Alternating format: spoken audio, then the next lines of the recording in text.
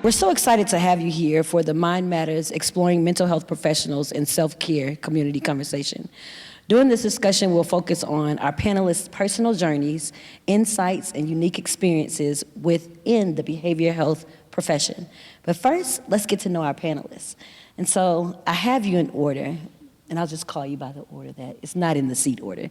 And so, Kabian Brown, how did you get into the mental health profession? All right, hello, my name is Kabian Brown. Got into the mental health profession by way of New York.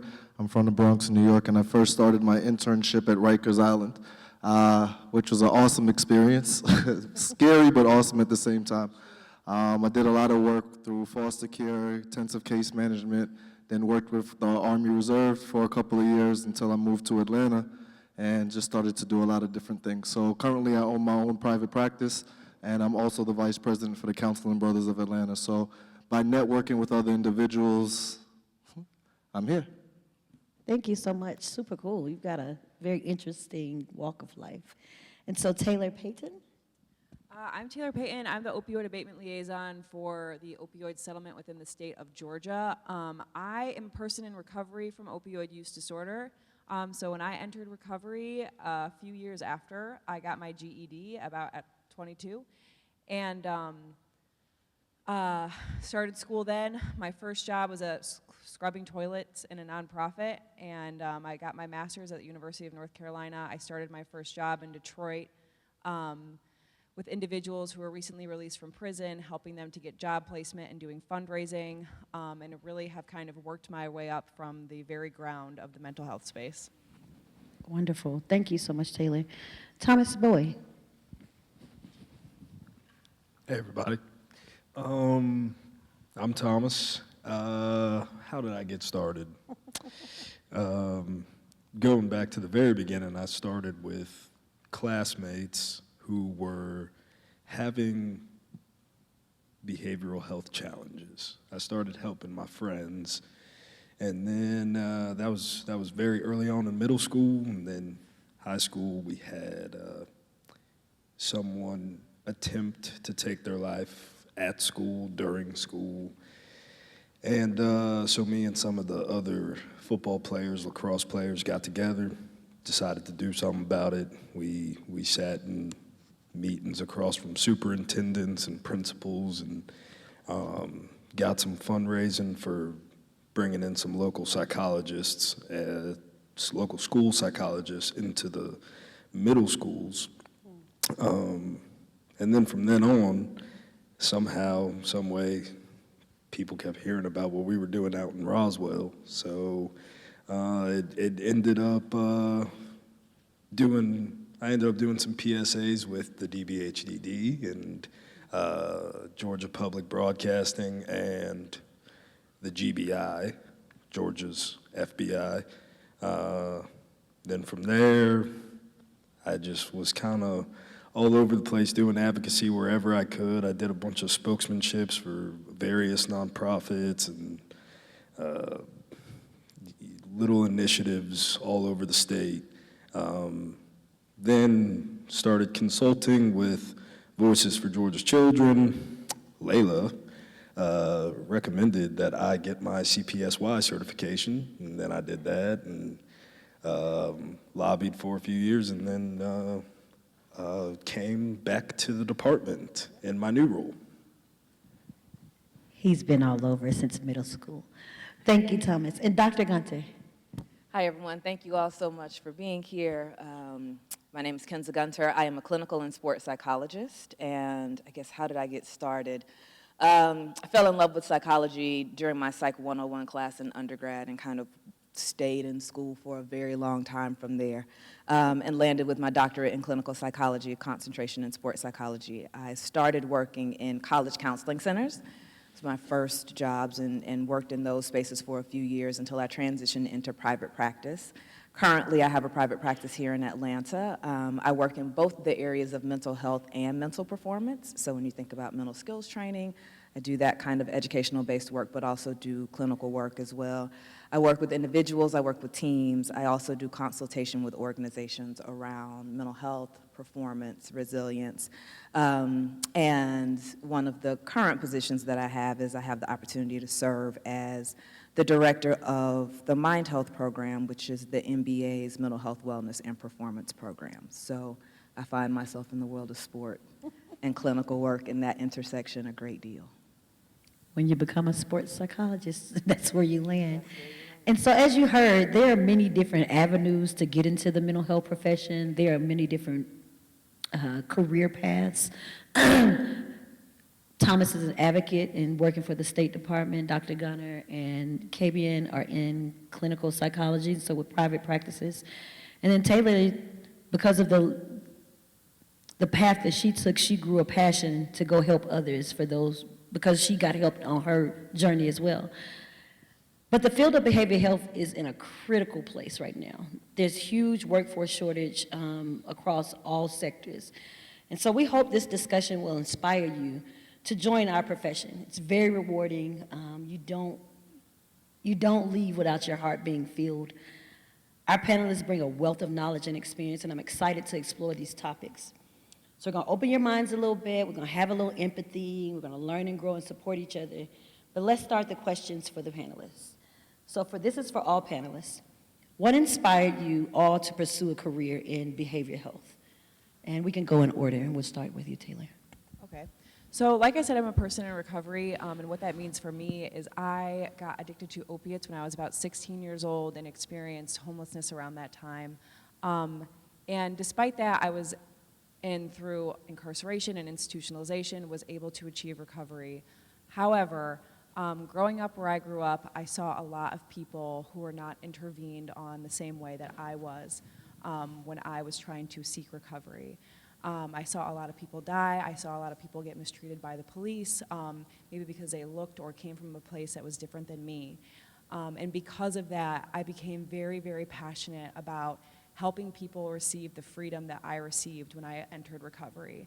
And watching people laugh for the first time and the light come back on in their eyes and getting to see them move through that process where they were once so hopeless, demoralized, and thought their life would never be anything but this, to obtaining a job, to their families talking to them again, and seeing them enjoy and be present in their lives. And being able to be part of that in any capacity. I don't do direct care. I help organizations get money so they can give those services, is an absolute honor to me. So that's how you got there. Kavian? So I got into the behavioral health field really through my mom. My mom was a nurse when I was in college, and when I was going through college, she was actually doing the social work program. I always told myself I was going to be a lawyer because I love to talk, or that's what my dad says. But I really like helping people, right? So in social work or in counseling, they say it's not a rewarding field, and financially it cannot be, but it also can, depending on what you do, right? But it's rewarding in terms of the rewards that you get after you know I help somebody, they feel better, and just being able to connect. Like, not everybody is the right therapist. I'm not the right therapist for everybody, and every client's not the right one for me, but just to see somebody walk through their own path and actually get better. So what helped me go to clinical world or to do this is that when I was in New York doing foster care, I had a kid who was ready to get adopted by his mom, and then she just went back on drugs, and after like a whole year of going through the system and that whatever, and the kid started to have his own behavioral problems and then ended back up in the foster care system. I left foster care and went to prevention care because I'm just like, all right, let me try to keep people home. And I worked with one kid who we got set up with a family, and they ended up raping him, and he ended up having a colostomy bag and was walking around, and he was only 8. So yeah, it was just like, I just need to do things where I see how the system can be broken, how can I help? So 4 days a month I'll go to Fulton Jail and I do counseling for some of the inmates there because I see how there's a gap in the system and I try to be able to help. So therapy is just like what they said. You need physical care through the doctor, you need your teeth fixed through the dentist, your eyes ain't working through the eye doctor. You need mental health therapy, and I enjoy everything that I do. takes a very special person to work in this field because it is heavy. And a lot of times you experience a lot of hurt of other individuals of trying to helping them get through it. So kudos to you for sticking through it. I think a lot of us were going the lawyer route, and then once you take psychology, it bites you. It's that psychology class that really keeps you interested in learning the mind of others and learning how to help others get through that. So Dr. Gunter, what got you into the field? Yeah, I was definitely one of those people who thought I was either going to be a lawyer or a medical doctor. That's kind of where I started. And then, like I said a moment ago, I took my Psychology 101 class in undergrad and fell in love with this idea of what is it that makes people do what they do. And so my initial area that I focused on was forensic psychology. So I actually have a master's in forensic psych. I wanted to, if anybody's familiar with the movie Silence of the Lambs, is that Clarice? I wanted to be Clarice. I literally wanted to be a profiler and go work for the FBI and train at Quantico, and so I went and got my master's, worked at Metro State Prison for a little bit, which is a maximum security women's prison here in Atlanta, and also did a day at Phillips State Prison, which is a medium security men's prison here in Atlanta as a part of my master's program. And then what I realized was, it sounds strange, but I enjoyed the work, the idea of trying to give something to a segment of our community and our population that is often forgotten was a very fulfilling and rewarding kind of experience. And I know myself, and I knew that being in that environment at the intersection of psychology, mental health, and the justice system on a regular basis would start to have an impact on me personally. And so at that point, I made a shift from focusing on forensic work to focusing on sport, because I had also always loved sport. I was an athlete growing up.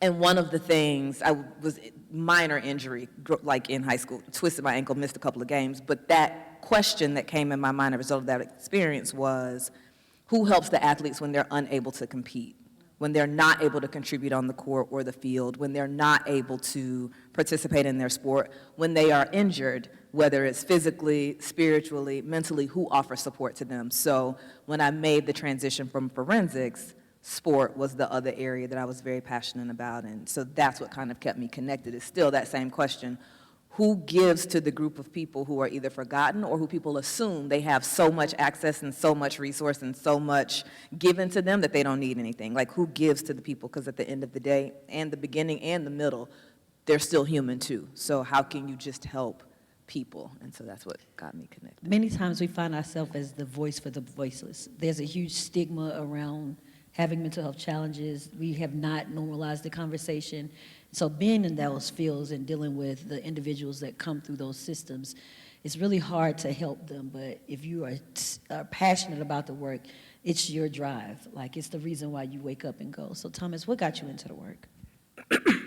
Before I answer this, I just want to clarify, I will not be going last for every question. No, you won't. After You won't. this, come on, y'all, that was a joke. What got me into it? There's a lot of ways I could go with this. One of, I would say, I'll preface it with this, as a CPSY, one of the things we do as peer specialists is share our story. So that may involve your whole life, just one event in your life, anything in between. But I think overall there's always been this presence of mental illness either in me or around me for as long as I can remember. So I fell into depression myself at 5 years old, and I was depressed from 5 to 20 years old. It was PDD, persistent depressive disorder, not major depressive. So I think that's what, for as long as I can remember, like the first memories of my life, I was depressed. So that's what kind of thrusted me into the world of mental illness. And then not long after I fell into that depression, my 6 siblings also had all their stuff going on. And I was 12 when my oldest brother was diagnosed with paranoid schizophrenia. So now he's living with schizophrenia. And so really since I was 12, around the same time I was in 6th grade, and I started having to help my classmates with their challenges, it just seemed like it was all around me. And I will also say I didn't know I was depressed at 5 years old. I didn't find that out till I was like 19. But with a sibling having some abnormal behavioral health challenges, then really just everybody I went to school with, parents, teachers, like it was all over the place. And then I was a student athlete, and I know y'all can't tell because I'm sitting down right now, but I'm 5'7", which is small to play varsity football. But don't worry, I was strong for my size. But some of y'all may know Xavier McKinney. I think he plays for, I think he's on the Bills right now. But anyway, he got like Rookie of the Year. He was a Pro Bowler. He's pretty good at football. I was his backup, and so I didn't play much. I participated. And so what started that, I was really good at football growing up, but everybody else kept growing and I stopped, and then you get hurt because you're smaller than everybody. And so as a student athlete, you really, I don't know about y'all, but you really don't have much of an identity when you're a kid. Like all you really got is school and like whatever you do. Like if you play with your friends at 7 years old, that's your whole personality, that's your whole identity. So even as like a 16-year-old, if you've been playing football and whatever else your whole life, that's kind of it. You're a student and an athlete, student athlete, that's it. That's your whole identity. And so when I kept getting hurt, and I just couldn't stay healthy, I mean, I tried to switch sports. I went out for track my senior year, got a starting spot, pulled my hamstring at the first meet. Was out for the season. So I think there's, like I said, there's a lot of different ways I can go with what gave me a passion for mental health, but it just seemed that if it wasn't me, it was always somebody around me needing support. Thank you, Thomas. And so he mentioned certified peer specialists, CPS. And certified peer specialists are individuals who are trained that have lived experience. And what lived experience means is you've gone through the journey yourself of trying to navigate the mental health system, the mental health resources, services, and programs. And with that, you learn something. You learn how to navigate the system. You learn how to connect with resources. You learn a network of individuals. And so you can be trained as a certified peer specialist to assist others to navigate that world. You can either be trained as a certified peer specialist youth, which is 18 to 30, or a certified peer specialist parent because you've had a child who has gone through these same mental health journeys, so you can help other parents figure out how to navigate the world. So he has a very, very special place in the workforce as it relates to mental health because he knows it, because he lived it. And so I'll start with you, Thomas, since you say you go last. What's a typical day look like for you at the Capitol, at the State Building, being an advocate? What does that look like for you on a day-to-day basis? Just to give them a little feel of what we do in our career. Well, I was actually talking to a young lady outside. You'll have to remind me your name. I apologize. I told you you look like Alonjay. Is she in here? I'm sure she is. Okay. Well, she was asking me what I do at the department, and what I was telling her is that I'm one of a handful of youth specialists at the state level. So I do a lot of panels. There's like I said, there's only like 3 of us, maybe 4. But we want more, so that's y'all. So a lot of panels. A lot of phone calls to folks like Taylor who are getting money to services, even if they're not providing direct services. I'm also meeting with clinicians and behavioral health, mental health, child welfare advocates all over the place in a lot of different capacities. So that's what a day-to-day will look like for me, mostly connecting with other advocates and professionals in the field. Thank you. Dr. Gunter? I would say my days really look different, but they can include any combination of clinical work, so providing individual services to athletes, and I also work with non-athletes. It also might include me attending a team's practice or consulting with coaches, consulting with other health and performance professionals, whether it's athletic trainers, team doctors, about someone who might be managing an injury or something of that nature. But it also includes administrative work, so meetings and program development. A part of the work that I do is trying to create resources to provide more education and improve the literacy just about what is mental health and what is mental performance for our athletic community. So whether it's creating informational one-pagers or doing panel presentations or having a consultation call with somebody at the team level about what is this, what should it look like, how should you set it up.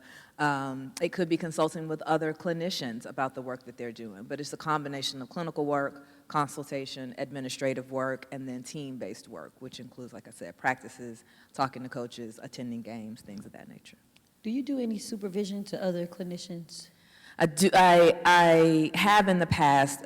Currently, I do offer some mentorship. So I had a mentorship session today with another clinician who is working towards a certification in mental performance, but absolutely do peer consultation and do supervision.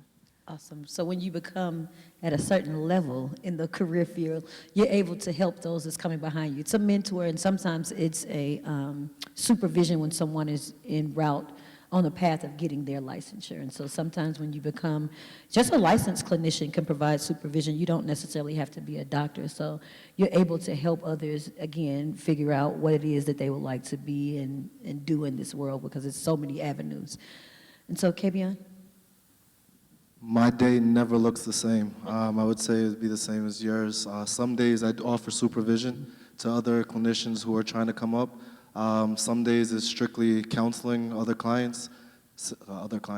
counseling clients. Since I run my practice, sometimes it's being the boss. I do my own billing for myself with claims and other agencies and other clinicians, so sometimes I'm a biller, sometimes I'm the billing supervisor. I start my day as dad. I end my day as dad. So I'm Jamaican, so I work like 40 jobs. So my day is never the same. A day when I can do a panel is great. Tomorrow will be an awesome day. It's my birthday, so I'm off, so I celebrate those. Happy birthday! Thank you. My day is just never the same. It's just something that, like what they say I seen on a post, I don't have to do what I do. I get to do what I do. So amazing. It's enjoyable sometimes. How many on your caseload? I have the most in the practice and I supervise, so all of those clients are mine too. So currently there are 250-something clients in the practice, and I supervise 4 other clinicians, and I have 49 clients. And I just started working with Advantage, which is a CSB in Athens, and I'm the program manager for that EPIC team, which is early individuals who get their first psychosis from 16 to whatever. So when they get it, to kind of work through it. So this week has been all training, so this doesn't look like my normal day either. Awesome. He mentioned something, first episode, psychosis. That's usually when an individual has had some mental health challenges, and at the age of 18, 19, usually is the onset age, their world sort of imposed inside of them. And so it's considered first episode psychosis. And many of your classmates right now at college may be going through that. And so being able to connect them to someone to help them navigate that world is very important, because it changes the trajectory of how you see life at the age of 18. Now you're considered an adult, but you're not really an adult. You're still asking parents all types of questions, but they expect you to be in this adult world, right? And many times the pressure of that, being an athlete, being a student, and a high-achieving student, it's a lot of pressure on you to achieve. And many times parents and caregivers don't really understand the pressure that it is trying to be an individual and handle all of the load that you have as a college student and just a regular human being. Like he was talking, I'm a dad. I'm not a dad. He's a dad. I'm a mother. But it's not just one thing. It's not just like, this is what you do today. And your client yesterday will not be your client today. And so I'll let you chime in, and then I'll let Taylor.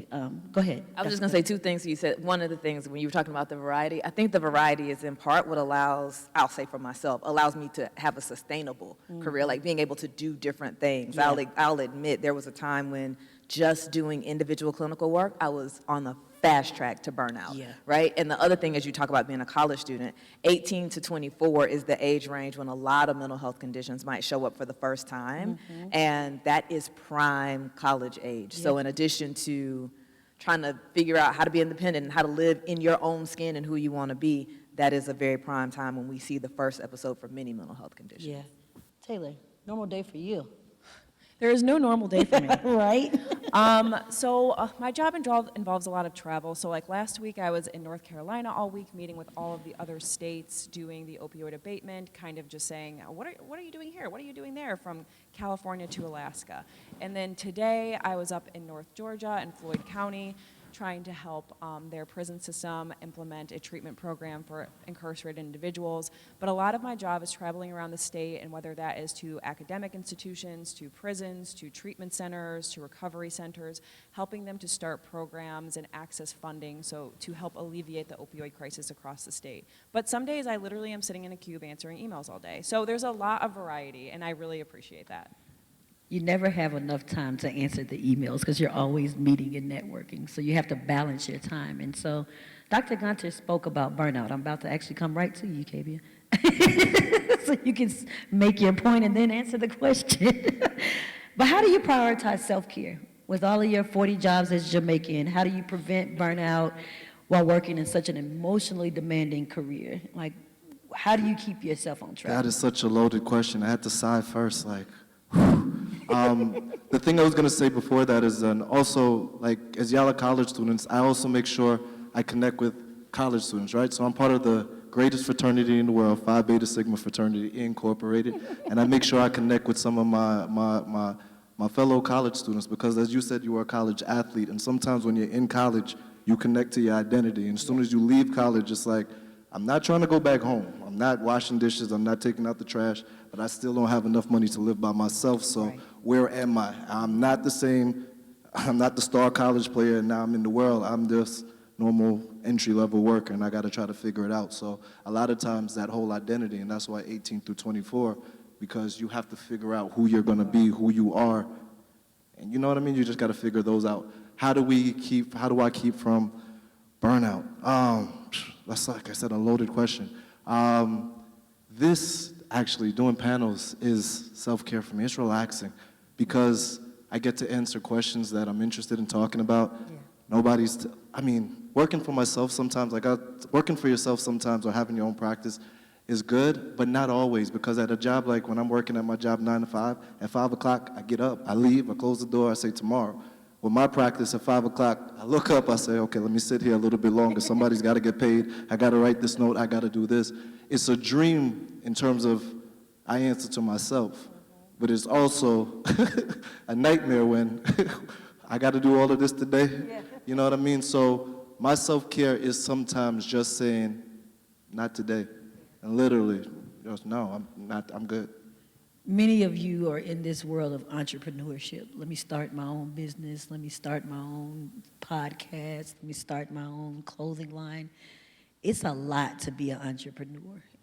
You're building while working, while building, while suffering, while building, while working, while figuring out, but it all falls on your shoulders. And so he's trying to figure that part out also by helping others figure their lives out. And so how taxing can that be on an individual? Dr. Gunter, the culture of sports has often emphasized toughness and resilience. How do you see the conversation around mental health evolving in professional sports? I would credit athletes themselves for a lot of the shift that we see in that conversation. I think, if I think about the NBA and that ecosystem in particular, I think you can go back to 2018 when DeMar DeRozan posted a tweet that said, "This depression gets the best of me." And then later that same year, Kevin Love released his Players Tribune article in which he talked about having an anxiety episode at a game in an away arena, kind of not knowing what was happening to him. And I think you can add to the list of athletes from Shamiqua Holdsclaw, who kind of lived out her mental health journey in real time here in Atlanta several years even before 2018. But thinking about Simone Biles and Michael Phelps and Serena Williams and John Wall and Haley Van Lith in college sports just this week, yesterday or 2 days ago, I think athletes themselves have accelerated the conversation because what they have demanded is that we see them as people and not just performers. And I think them sharing their story has been a real big part of the evolution in this conversation. I also think a big part of it has been historically we have thought if you talk about anything related to mental health or the mental side, that is weakness. Like we've tied those two together. And I think what you have is in these athletes sharing their stories is what you see is you have some of the greatest of all time in their sports talking about mental health. So it's not that talking about mental health or experiencing mental health challenges prevents you from being great, but it is that learning how to navigate those challenges is an essential part of your pathway to greatness. So I think they've helped us redefine and re-examine what it means to be great. It's not the absence of adversity, it's learning how to navigate it. And I also think that they have required all of us to be more connected to their humanity as people, even if they are exceptional in what they do as athletes. I love that. They're on a platform, and so they're utilizing their platform to normalize the conversations. And many of us have friends, and many of us have siblings and family members. I guess you're not a spouse yet. I don't think anyone in here is married yet. But you may have a significant other. But we're scared to tell our story. We're scared to tell how we truly feel because we're scared of how someone will perceive us. But you don't know how your story will touch the next or move the next or even inspire the next to say, hey, if she's that strong and she's able to tell me how vulnerable she is, I can do the same thing. And so sometimes staying silent is the worst thing you can do. And so many of our athletes speaking out now is sort of giving it a normalcy of these feelings because you're going to go through stuff throughout your life. Feelings are normal. Sadness, anger. You have anxiety when you're coming up against a test or you're about to, every time I'm about to step on a flight, my insides go crazy, not because of what's happening now, even before what's happening now. And so it's normal feelings, but you got to figure out how to navigate and make sure that those feelings don't continue to stay there and sort of build on top of each other to where you cannot control them or you don't have a way to release your feelings. And so Taylor, I'll come to you. Thomas, you're going to go last again. Taylor, how do you see mental health and substance use intersecting? And what approaches are being used to support individuals facing both those challenges? And so we call it dual diagnosis. And so if you could give a little insight on what's happening with that. Can you say that question one more time? Sure. How do you see mental health and substance use intersecting? Okay, mental health and substance use very much intersect. So dual diagnosis or co-occurring disorders, you'll see a lot of individuals who may have severe mental illness try to self-medicate through utilizing substances, people who may not understand what's going on with them, who feel temporary relief using substances and therefore become dependent because that is their medication.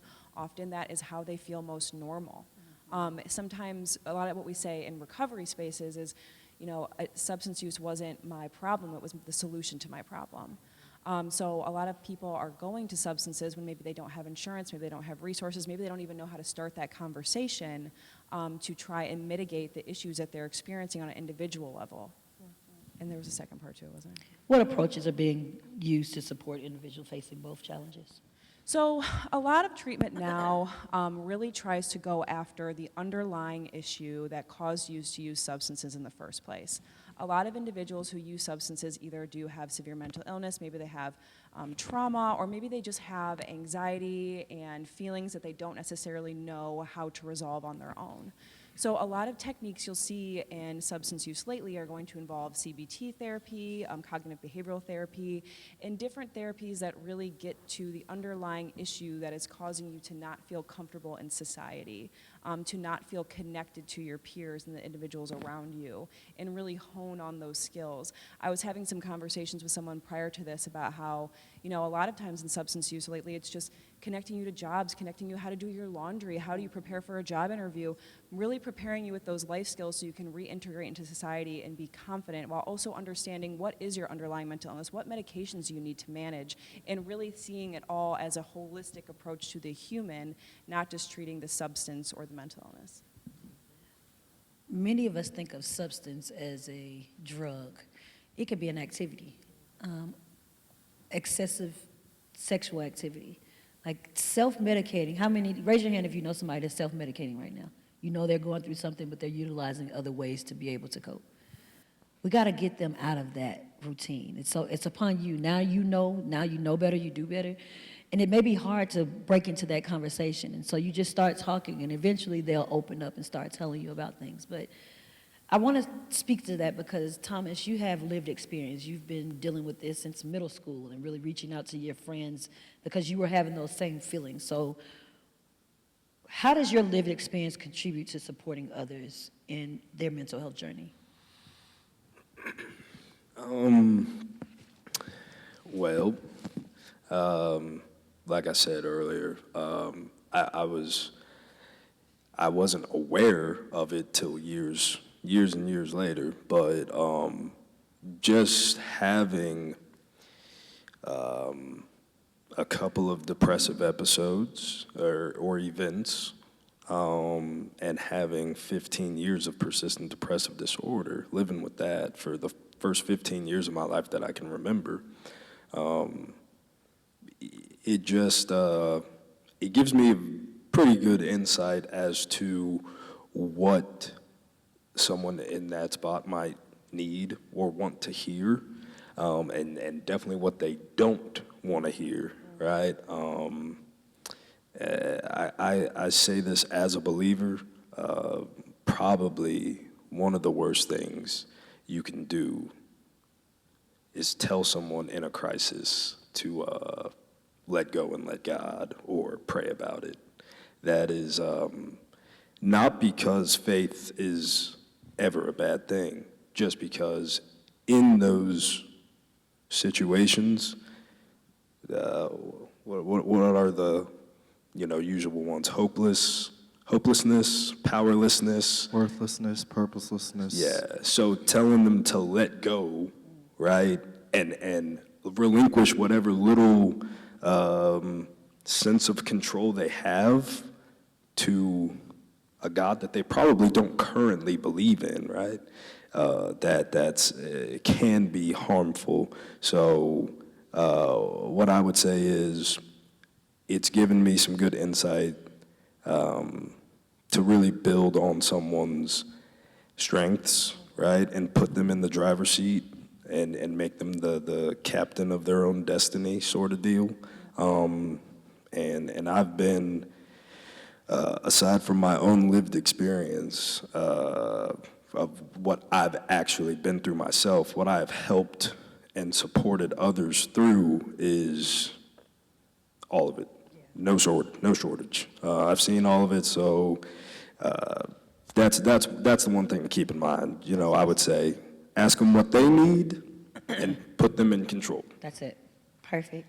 This has been a wonderful conversation.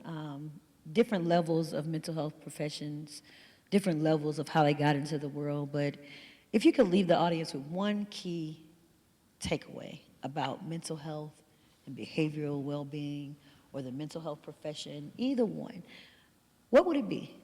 KBM?